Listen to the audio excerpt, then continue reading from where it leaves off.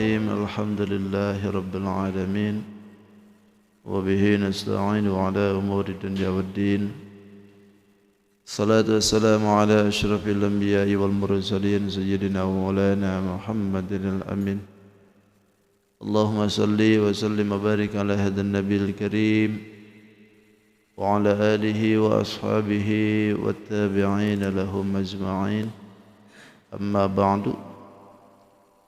وقد قال الله تعالى في كتابه الكريم في سورة البقرة من آيات 260 أعوذ بالله من الشيطان الرجيم بسم الله الرحمن الرحيم إذ قال إبراهيم رب أرني كيف تحيي الموتى قال أولم تؤمن قال بلى ولكن ليطمئن قلبي قال فخذ 4 من الطير فصرهن إليك ثم اجعل على كل جبل منهن جزءا ثم اجعل على كل جبل منهن جزءا ثم ادعهن يأتينك سعيا واعلم أن الله عزيز حكيم مثل الذين ينفقون أموالهم في سبيل الله كمثل حبة أنبتت 7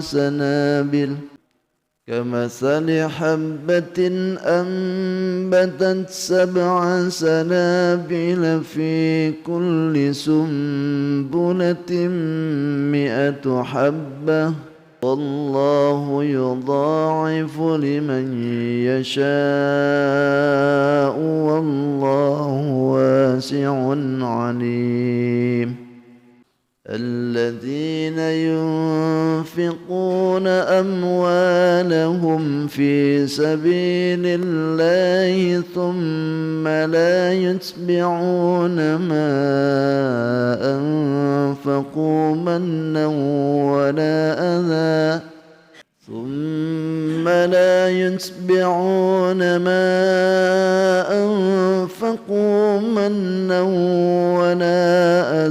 لهم أجرهم عند ربهم ولا خوف عليهم ولا هم يحزنون قول معروف ومغفرة خير من صدقة يتبعها أذى والله ولي حليم صدق الله العظيم وصدق رسوله النبي الكريم ونحن على ذلك من الشاهدين والشاكرين والحمد لله رب العالمين. Hadratul mukarramin wal karramat, Bapak Ibu jamaah semua yang sama-sama hadir yang Allah hormati dan insyaallah semuanya dimuliakan oleh Allah Subhanahu wa taala.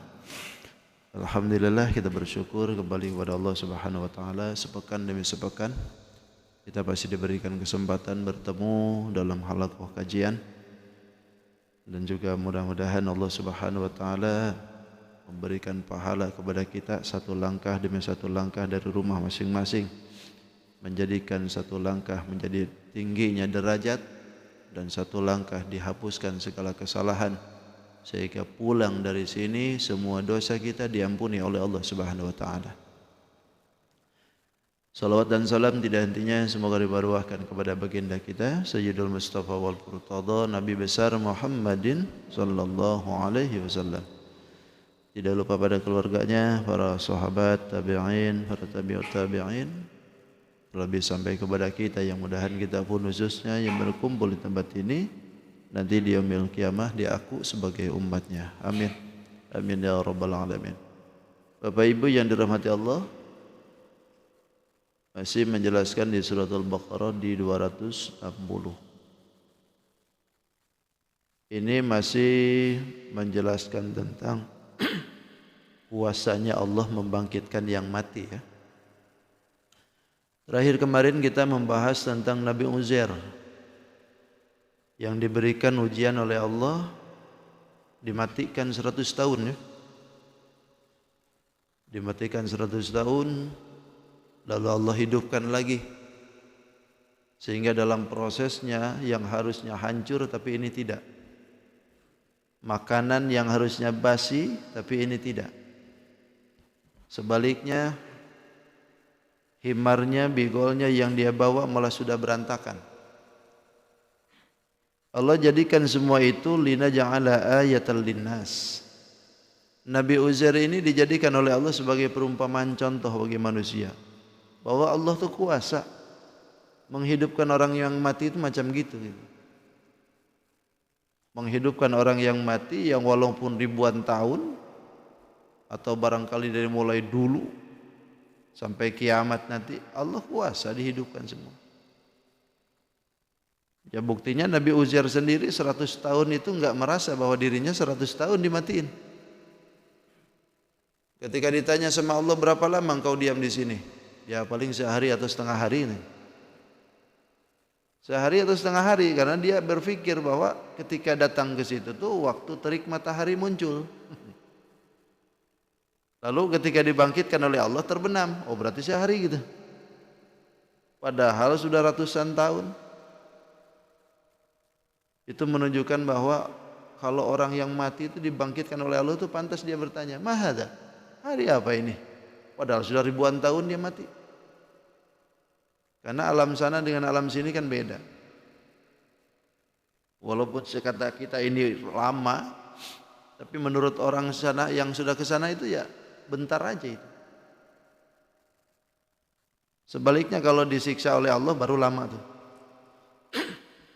Makanya orang yang meninggal itu raudatun min riyadil jannah kan gitu.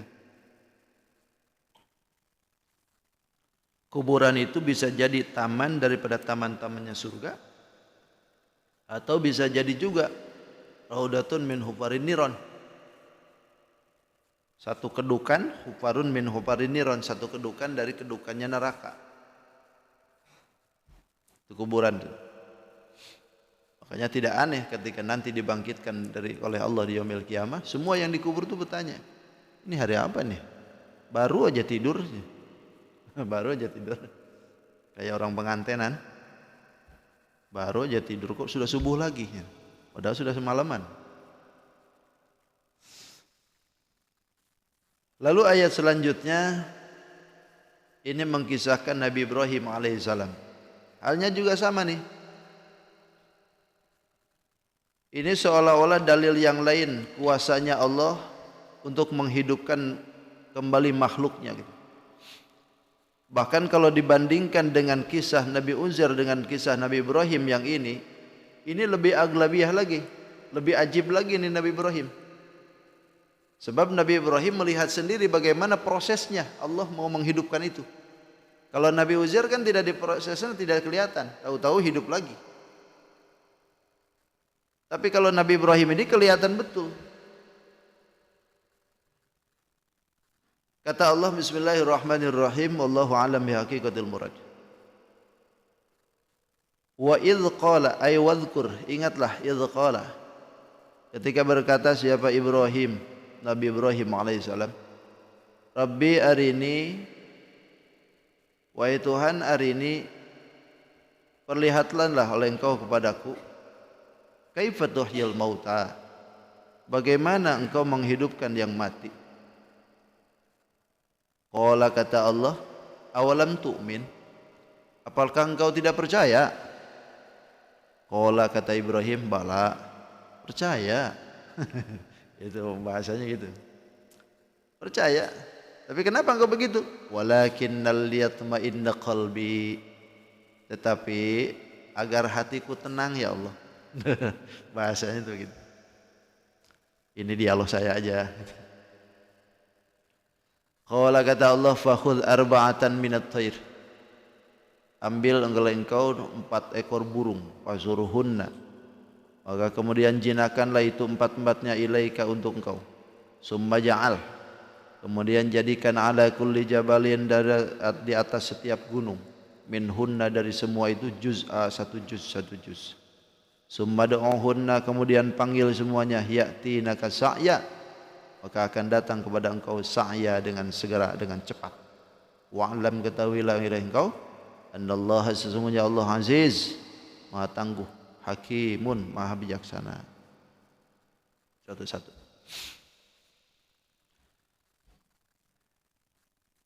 Ayat ini diturunkan oleh Allah Subhanahu wa taala. Ini berkenaan dengan kisah Nabi Ibrahim alaihissalam. Ini ada 2 sebetulnya. Ada yang menyebutkan pertama Nabi Ibrahim itu jalan-jalan ceritanya, pantai. Pantai mana ini? Pantai Tiberia. Daerah mana tuh? Yang jelas bukan Balikpapan. Di Siberia. Nah, ketika melihat di pantai gitu kan, lalu tiba-tiba Nabi Ibrahim bertemu dengan bangkai manusia. Ada yang menyebutkan bangkai himar. Ada yang menyebutkan bangkainya bangkai iwak. Ikan-ikan. Lalu Nabi Ibrahim melihat gitu. Terus dilihatin aja. Lalu ketika itu Nabi Ibrahim juga melihat juga binatang buas, burung-burung itu. Semua itu dimakan tuh. Dimakan oleh burung-burung itu semua. Habis. Lalu dalam hatinya kata Nabi Ibrahim, Allah kuasa enggak ngumpulin lagi ini semua gitu. Itu bagian dari yang pertama. Lalu yang kedua, ini perihal Nabi Ibrahim juga.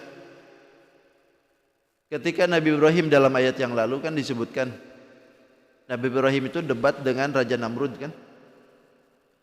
Dalam perdebatan itu Nabi Ibrahim alaihissalam menjawab bahwa Tuhan Nabi Ibrahim itu adalah ana uhyi wa umit gitu kan.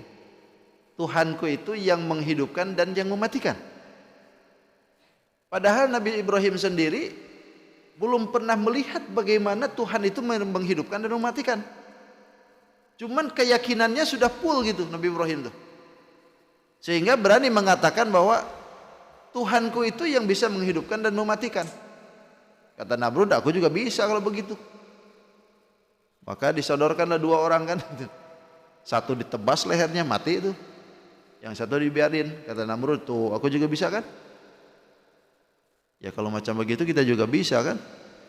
Kalau gak usah Raja Namrud gitu. Nah karena itulah Nabi Ibrahim alaihissalam berkata seperti itu. Maka Nabi Ibrahim alaihissalam berkeinginan untuk meyakinkan levelnya naik nih. Asalnya kan ilmu yakin. Pengen menjadi hakul yakin gitu. Asalnya kan belum tahu Nabi Ibrahim. Tahu-tahu bicara begitu aja gitu Nabi Ibrahim tuh. Karena nggak mau kalah argumen kan. Nah ketika itu Nabi Ibrahim berkata, idz qala Ibrahim. Ingatlah kata Allah. Ketika Nabi Ibrahim berkata, Rabbi arini kaifa tuhyil mauta. Ya Allah, perlihatkanlah kepadaku. Ini setelah terjadi perdebatan nih. Raja Namrud kalah, Ibrahim berangkat pulang gitu. Nah di perjalanan itu Nabi Ibrahim begitu. Ya Rabb, coba perlihatkanlah kepadaku. Kaifa tuhyil mauta.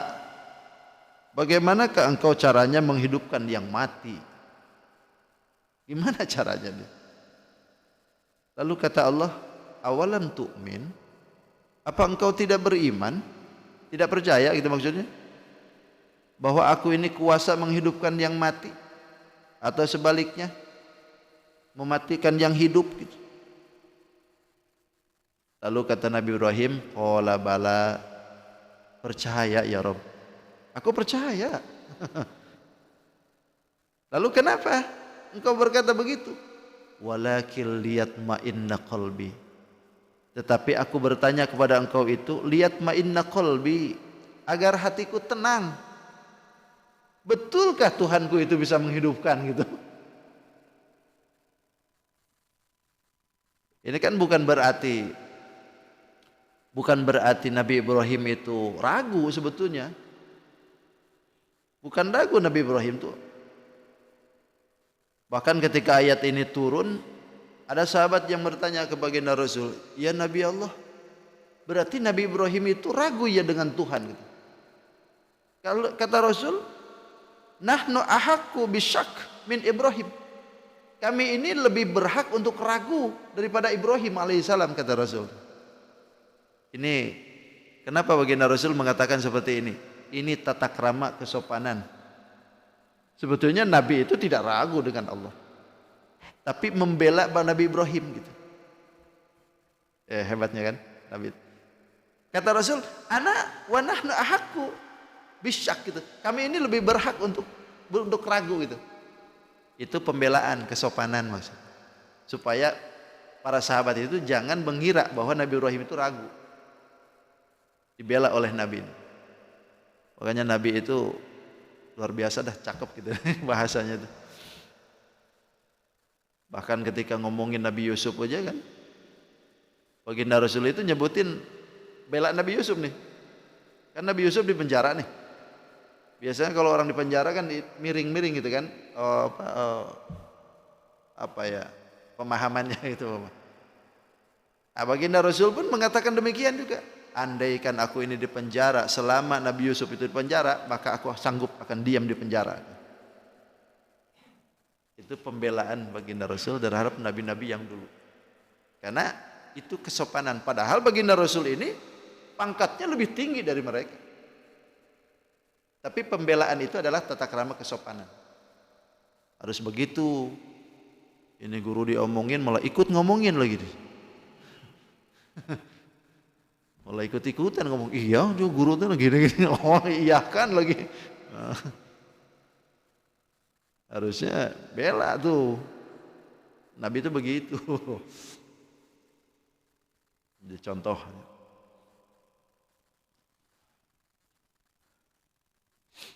Nah ketika itu Nabi Ibrahim beralasan bahwa pengen melihat Allah tuh bagaimana menghidupkan yang mati itu karena lihat ma'inna qalbi, pengen tenang aja hati. Ini sekali lagi, ini bukan berarti baginda Ibrahim ini seorang yang ragu, bukan. Yakin Nabi Ibrahim. Pengen lihat prosesnya aja nih Nabi Ibrahim tuh gitu. Lalu kemudian kata Allah, kalau begitu fakhudh arba'atan minat tayr. Ambil oleh engkau 4 ekor burung. Fasurhunna ilaika, lalu jinakanlah 4 burung itu untuk kau.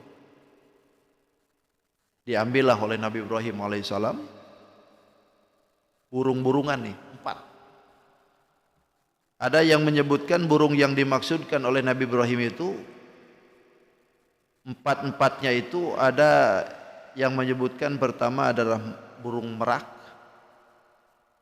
yang kedua elang, yang ketiga gagak, lalu yang keempat ayam jago. Itu diambil oleh Nabi Ibrahim, dijinakin. Kenapa Nabi Ibrahim alaihissalam itu mengambil burung yang 4 ini? Ini kan burung yang 4 ini mempunyai hubungan erat dalam persifatannya dengan manusia. Bahkan disebutkan dalam mufassirin itu, pertama burung merak. Burung merak ini punya sifatnya itu angkuh, selalu bangga diri kalau merak. Makanya kalau dia, itu kan angkuh dia tuh. Nah, itu sifat seperti itu kan ada di manusia. Keangkuhan seperti itu tuh, bergaya gitu, bangga diri. Lalu yang kedua ada burung Raja Wali, elang itu. Kenapa diambil burung ini? Karena syahwatul ukli wasyurbi. Karena mempunyai syahwat, keinginan makan minumnya kuat. Makan aja gitu. Makan minum aja hidupnya itu. Kuat dia. Nah, kita juga ada kan manusia macam begitu. Makan aja hidupnya tuh. Dikit-dikit makan, dikit-dikit makan. Makan tidur itu. Hardolin. Kalau bahasa Sunda itu hardolin, dahar modal ulin. Main aja hidupnya tuh. Ada burung yang ketiga, burung gagak yang diambil. Kenapa? Karena burung gagak ini punya kesetiaan yang beda dengan burung yang lain. Setia burung gagak. Kayak apapun itu majikan, dia ikut burung gagak. Dan di manusia juga begitu kan, ada yang begitu. Kemudian yang keempat, ayam jago. Ayam jago ini kenapa diambil? Karena punya sifatnya syahwatun nikah. Kuat kawinnya. Ayam jago tuh, dikit-dikit kawin kan. Pokoknya nggak ada perempuannya di mana aja digepeknya gitu. Nggak tahu malu di pinggir jalan, hayu gitu. Di kandang oke. Pokoknya di mana. Itu ayam jago tidak. Dan itu sifat manusia ada keluar. Makanya Nabi Ibrahim ngambil itu semua. Ambil semua. Lalu dijinakan oleh Nabi Ibrahim alaihissalam. Nah, ada yang menyebutkan bahwa burung yang 4 itu dicacah, dipotong semua oleh Nabi Ibrahim alaihissalam. Kepalanya diambil oleh Nabi Ibrahim 4-4-nya, lalu cacahan dagingnya itu diacak, disatuin. Lalu oleh Nabi Ibrahim alaihissalam disuruh sebagaimana Allah suruh. Summa ja'al ala kulli jabalin minhunna juz'a. Taruh itu burung itu satu juz di atas gunung. Ada yang menyebutkan 4 gunung, ada yang menyebutkan 7 gunung. Taruh di atas. Ini kerjaan berat nih Nabi Ibrahim nih. Setengah kilo gitu ini diambil, taruh. Bahkan bulunya pun dicabut oleh Nabi Ibrahim. Pokoknya diacak semua. Gimana nih caranya Allah menghidupkan? Wah, kata Nabi Ibrahim, aku uji Allah nih. Beres semua, ditaruh semua. Lalu kata Allah, summa da'uhunna ya'tinaka sa'ya. Nanti kalau sudah ditaruh di atas gunung semua, panggil. Kepalanya kan kamu yang pegang tuh. Panggil nanti semua. Taruh oleh Nabi Ibrahim, lalu dipanggil oleh Nabi Ibrahim. Hei burung-burung yang dipotong, kemari. Itu dengan cepatnya Nabi Ibrahim melihat dengan mata kepala sendiri. Bulu ketemu bulu, kulit ketemu kulit, daging ketemu kulit, semuaan. Yang dicampurkan ini berterbangan semua. Kemana? Menyatukan diri dengan dirinya masing-masing. Bahkan darah ketemu darah lagi, semuaan. Begitu sudah beres semuaan, tinggal kepala nih. Begitu tinggal kepalanya, datang ke Nabi Ibrahim alaihissalam semuaan. Ketika datang ke Nabi Ibrahim alaihissalam, ini ayam nih, diasongin kepala burung, nggak mau dia, diam aja. Tapi begitu diasongin kepala ayamnya, baru dia menyatukan di situ diri. Semuaan begitu. Begitu dihadapkan oleh Nabi Ibrahim alaihissalam seperti itu, barulah di situ Nabi Ibrahim kagum dengan apa yang dilakukan oleh Allah. Oh, kata Nabi Ibrahim, begini toh Allah menghidupkan yang mati itu. Kuasa Allah menyatukan kembali bulu dengan bulu yang masing-masing, kulit dengan kulit yang masing-masing, darah dengan darah yang masing-masing, tulang dengan tulang masing-masing. Semuaan lalu dihadapkan ke Nabi Ibrahim, kepalanya pas di Nabi Ibrahim semuaan. Makanya kata Allah, wallahu wa'lam, ketahuilah Nabi Ibrahim, annallaha aziz, Allah itu Maha tangguh kan? Dalam artian tidak ada yang bisa melemahkan sesuatu apapun dengan Allah. Bahkan hakimun, Allah Maha bijaksana. Artinya Allah bisa berbuat apapun dengan yang dikehendakinya. Siapa yang bisa seperti itu? Kalau kita macam seperti itu, 2 kilo ayam cacah, cok, satuin, mana yang 1 kilo, mana 2 kilo, bingung itu sudah. 2 ekor ayam dipotong oleh kita, satuin ke baskom kan, aduh, coba pisahin, mana ayam yang tadi, mana ayam yang tadi. Bingung kadang-kadang kita. Kecuali kalau ayam negeri dengan ayam kampung bisa kita pisahin dagingnya, beda. Kalau kita nggak bisa, tapi kalau Allah nggak bisa. Bagi Allah tidak ada yang mustahil. Ini kan ajib nih, lebih ajib dari Nabi Uzair. Nabi Uzair prosesnya nggak perlihatkan seperti itu, tahu-tahu hidup lagi. Kalau Nabi Ibrahim alaihissalam tahu sendiri, prosesnya macam seperti itu. Sampai-sampai di hadapannya gitu, Allah memberikan kepada Nabi Ibrahim alaihissalam keajaiban yang luar biasa. Makanya itu datang dengan segera lagi. Ketika dipanggil tuh nggak lama-lama, langsung terjadi, langsung datang ke Nabi Ibrahim alaihissalam. Kalau di kita digituin kabur kayaknya deh. Malah lari itu nih. Takut juga ya.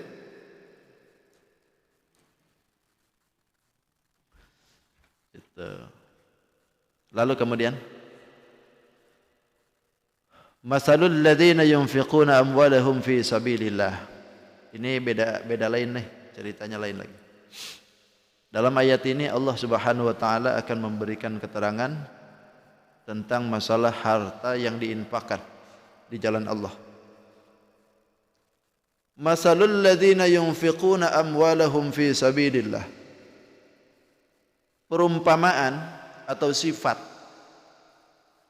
orang-orang yang menginfakkan harta di jalan Allah itu kamasali habbatin, seperti perumpamaan biji, satu biji benih, ambatat sab'a sanabila, yang menumbuhkan 7 tangkai, fi kulli sumbulatin, di dalam setiap tangkai itu mi'atun habbah, ada 100 biji lagi.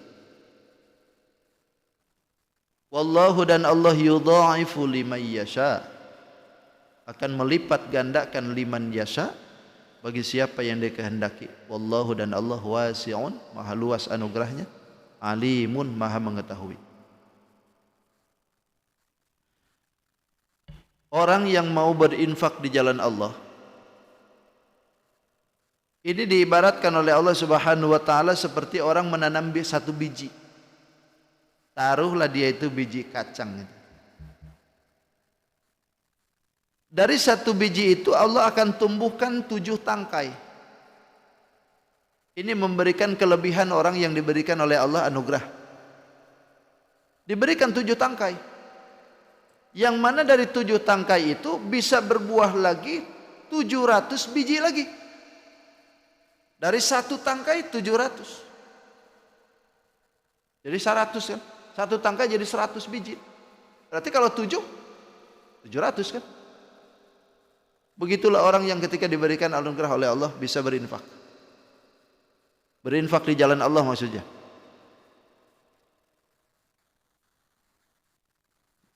Mau yang wajib kah infaknya atau yang sunnah, termasuk di dalamnya jihad fisabilillah, untuk talabul ilmi, untuk haji, atau untuk memberikan keluasan keluarga, itu kan. Nah, itu bagian dari anugerah kita. Kalau seandainya kita mau berbuat seperti itu tuh, Allah jamin Allah akan berikannya itu bukan hanya 1, 2 dibeli balasan juga, sampai 700. Itu 1 biji aja. Ibaratnya kalau 1.000 itu jangan dibayangkan cuma 1.000 yang diberi oleh Allah, tapi akan diberi oleh Allah 700.000. Karena ini kan bisnisnya bisnis LLM, murkimat level marketing ini. Kita kasih ke orang, kita kan nggak tahu orang ini nanti ngasih lagi ke siapa. Ini kan masalahnya sabilillah. Bapak naruh di satu masjid 1 semen. 1 semen ini jangan dilihat 1 semennya, tapi 1 semen ini akan diterapkan di satu musholla, satu masjid atau pondok pesantren. Ketika orang datang ke situ dan berbuat kebaikan di situ, maka bapak ibu kebagian terus. Inilah yang disebutkan dengan seperti orang nanam 1 biji lalu tumbuh jadi 7. Dari 7 itu satu pohonnya akan tumbuh lagi 100. Jadi simpulnya sebetulnya bukan hanya seperti ini. Makanya Allah sebutkan, wallahu yudha'ifu liman yasha. Allah akan melipat gandakan kepada siapa yang dikehendaki. Dalam artian sebetulnya lebih daripada ini. Bukan sampai 700 saja sebetulnya. Lebih lagi. Kalau ini berdasarkan hitung-hitungan seperti itu tuh, supaya manusia itu bersemangat aja gitu. Sebetulnya kalaupun nggak dihitung seperti ini, Allah tuh makin banyak lagi sebetulnya ngasihnya. Kenapa mesti ada hitungan seperti ini? Ini takutnya ada yang beramal seperti tukang dagang. Ada tuh beramal tukang dagang kan hitung-hitungan dulu kan. Ini kira-kira gede nggak nih pahalanya? Kalau gede mau gitu kan. Kalau kecil enggak. Itu amal-amalan tukang dagang tuh. Tapi kalau orang itu sudah melihat akan hakikat dari pahala itu, nggak bisa lihat itu lagi sudah. Pokoknya berbuat baik aja terus. Bayangkan ini masjid ini berdiri. Siapa yang pernah nanam keramik di sini, nanam semen di sini, nanam pasir di sini? Kita sudah nggak ada sekalipun. Ini tetap kan dimanfaatkan kan? Berjalan terus. Maka setiap orang yang hadir ke sini, ibadah di sini, maka orang itu pun yang sudah lama tinggal di sini, meninggal sudah, maka itu pun kebagian terus. Itulah hebatnya bersedekah tuh. Makanya ayolah bersedekah. Kirim semen tuh ke pondok. Lagi ngecor nih. Sehari lagi beres insyaallah. Ngecor lantai 2. Nanti kalau anak santri ngaji di situ, kebagian aja tuh. Setiap bapak ibu yang meninggal sudah semuaan sudah habis, itu santri masih ngaji di situ, kebagian aja terus, ngalir terus. Sampai kapan? Sampai kiamat, sampai roboh tuh. Sampai kiamat terus aja terus. Nah, ini halusnya berlomba nih. Berlomba. Karena kita ini tidak tahu hidup ini sampai kapan gitu. Andaikan masih 1000 tahun lagi mending kita. Tapi kan buktinya wallahu alam bisawab. Hari ini kita candaan, gitu Sabtu depan nggak ada lagi. Saudara kita yang kemarin itu sempat candaan juga dengan saya itu. Ngasih peci lagi tuh. Siapa Pak siapa? Almarhum. Ngasih peci dulu ke saya tuh. Ustaz ada peci nih. Ngasih peci ke saya. Ada di rumah pecinya. Begitu ini Sabtu depannya innalillahi. Begitulah umur. Andaikan pada waktu itu beliau ngasihnya, wah luar biasa. Udah ngaji dulu, ibadah dulu kan. Kita juga mudah-mudahan seperti itu semua. Berbuat baik dulu. Jadi perumpamaan ini jangan dikira bahwa Allah itu cuma sampai 700 kok. Enggak. Wallahu yudha'ifu liman yasha. Kalimat yudha'if inilah yang menjadi kuncinya. Bukan sampai 700 saja kok. Allah akan berikan segalanya. Lebih daripada itu sebetulnya. Makanya manusia ketika nanti diperlihatkan amal perbuatan baiknya, di situ akan wujuhu yauma idzin nazirah. Wajahnya akan berseri-seri, tersenyum-senyum. Kapan itu? Ketika diperlihatkan amal pahala itu. Wajahnya itu akan berseri-seri. Senyum mereka. Mudahan yang senyum itu kita semua nanti. Ya. Tapi yang mau berinfak, kalau yang seke enggak, merengut aja, merengut.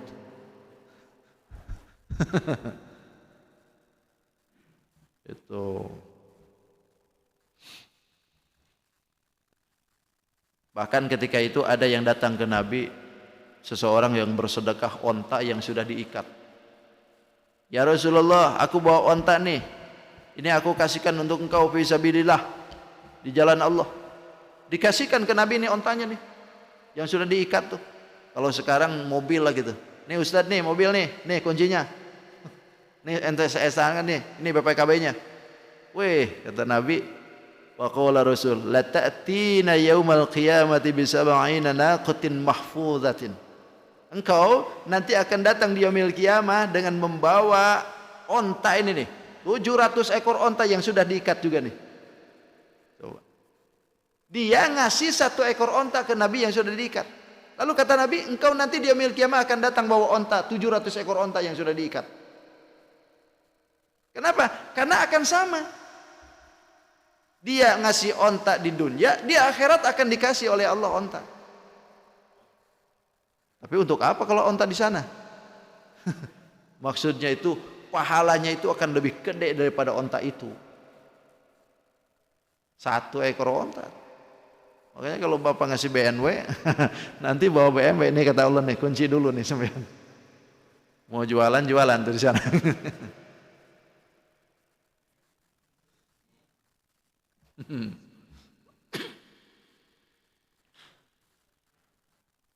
Lalu kemudian, ya masih ada sedikit lagi. Alladzina yunfiquna amwalahum fi sabilillah, summa la yutbi'una ma anfaqu manna wala adha. Lahum ajruhum 'inda rabbihim wala khaufun 'alaihim wala hum yahzanun. Tetapi kata Allah, orang-orang yang menginfakkan hartanya di jalan Allah itu ada satu syarat yang harus kita penuhi. Apa syaratnya itu? La yatba'una ma anfaqu manna. Jangan ngikutkan kita ini dengan infak yang diberikan itu manna. Manna itu apa? Ngungkit-ngungkit pemberian. Jadi sabilillah kita akan diberikan oleh Allah yudha'ifu liman yasha kalau tidak diungkit-ungkit. Jadi kalau kita sudah ngasih, jangan ngomong-ngomong. Bahkan yang kedua, wala adza, jangan diikutkan dengan apa ya bahasanya itu, nyakitin perasaan. Lu kalau nggak gue bantu, lu nggak bakalan bisa hidup loh. Itu kan manna wa adza disebutnya. Jadi kalau kita ngasih ke orang, jangan begitu. Kamu kan saya sudah baikin, maumu apa aku turutin, aku sudah kasih, aku sudah bantu, sampean kok begitu? Itu ngomong-ngomong yang sudah dikasih kan itu. Atau sesuatu yang menyakitkan perasaan orang, diomongin ke orang lain gitu. Itu saya itu yang bantu itu, nggak tahu diri aja dia tuh. Kedengaran sama orangnya, aduh sakit hati. Jangan memberi sesuatu kalau memang ada implik-implikan seperti itu. Karena di dalam hadis disebutkan oleh Nabi, salasatun la yukallimuhum yaumda yaumal qiyamah wa la yanzuru ilaihim wa la yuzakkihim wa lahum adzabun alim. Ada 3 golongan kata Nabi yang nanti di yaumil qiyamah dia tidak akan diajak bicara oleh Allah, tidak dipandang lagi oleh Allah, bahkan tidak dibersihkan dosanya oleh Allah, bahkan disiksa oleh Allah. Siapa yang 3 golongan ini? Pertama, yang 3 golongan ini adalah manna bima a'ta, orang yang memberi ke orang lain tapi diungkit-ungkit, diungkit-ungkitnya, diomong-omongnya gitu. Jangan begitu. Lalu yang ketiga, yang kedua, wal musbilu izarahu, yang memanjangkan kain. Maksudnya banyak gaya hidupnya. Nah, izaroh itu dipanjangin, banyak gaya, kayak yang di atas lekbok itu, lebay-lebay gitu. Banyak gaya hidupnya, sombong berarti kan. Lalu yang ketiga, wal munaffiqu sila'atan bil halafil kadhib, orang yang menjual laris penjualan dengan hasil keringat bohong. Ngibuli orang itu, laris jualannya tapi ngibuli orang, dibohonginya orang itu, dibungulinya. Oh barangnya bagus pas dibeli ini manis pas di kilo lain kecut. Itu yang bohong itu nanti yaumil qiyamah nggak bakal dipandang oleh Allah, dan Allah tidak suka dengan riya. Bahkan di dalam hadis lain disebutkan la yadkhulul jannah, tidak akan masuk surga kata Nabi. Akun, pertama orang yang durhaka dengan orang tua. Lalu yang kedua, wala mannanun. Mannanun itu kembali yang tadi, yang memberi orang lain tapi diungkit-ungkit, diikutin dengan menyakiti perasaan. Jangan begitu. Wala mudamminun khamrin, dan juga tidak akan masuk surga itu orang yang suka minum minuman khamr. Mati dalam keadaan begitu, enggak masuk surga. Wala mukadzibu biqadrin, Dan juga yang keempatnya, tidak akan masuk surga orang yang tidak percaya dengan ketentuan Allah. Jadi ini, kalau infak yang akan diberikan pahala oleh Allah yang besar itu, ketika infaknya itu tidak diikutkan ini. Jangan diikutkan dengan manna wala adha. Jangan diikutkan mungkit-mungkit, lalu jangan diikutkan dengan menyakiti perasaan. Nah, kalau seperti itu lewat, lahum ajruhum inda rabbihim wala khaufun alaihim wala hum yahzanun. Bagi mereka ada pahala di sisi Allah, wala khaufun alaihim wala hum yahzanun. Bahkan dia tidak akan merasa takut dan juga tidak akan bersedih nanti di akhirat. Itu jaminan ya. Jaminan kalau orang itu ikhlas lillah karena Allah, segala-galanya lillah karena Allah. Pokoknya mau berterima kasih mau enggak, pokoknya dah. Ya, kita kan biasa kalau ngasih itu pengennya terima kasih kan. Dia ini sudah dikasih kok enggak ada terima kasihnya ya orang. Padahal sebetulnya enggak terima kasih pun enggak masalah. Biarkan aja dah. Itu urusan dia. Terima kasih atau tidak. Yang penting kita kasih. Tapi berat ya. Berat. Tapi harus dicoba. Walaupun berat tapi harus dicoba. Cukup sudah. Qaulun ma'ruf wallahu a'lam bishawab. Cukup ya? Terima kasih. Mudah-mudahan apa yang disampaikan bermanfaat. Insyaallah kita ketemu lagi di lain hari dan kesempatan yang akan datang. Hadanallahu iyyakum ajma'in. Khutbah sapa wa Assalamualaikum warahmatullahi wabarakatuh. Allahumma shalli wa sallim ala sayyidina Rasulillahi ajma'in. Bismillahirrahmanirrahim. Alhamdulillahirabbil alamin wassalatu wassalamu ala asyrafil anbiya wal mursalin sayyidina maulana Muhammadil amin.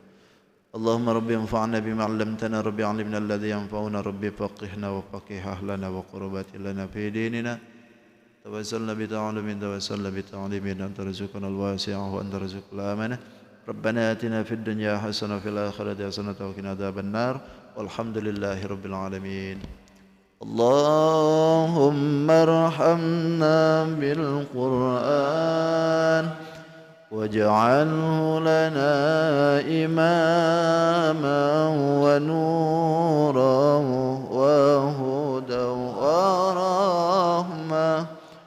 اللهم ذكرنا منه ما نسينا وعلمنا منه ما جهلنا وارزقنا تلاوته آناء الليل وأطراف النهار واجعله لنا حجة يا رب العالمين. سبحانك اللهم وبحمدك أشهد أن لا إله إلا أنت أستغفرك وأتوب إليك.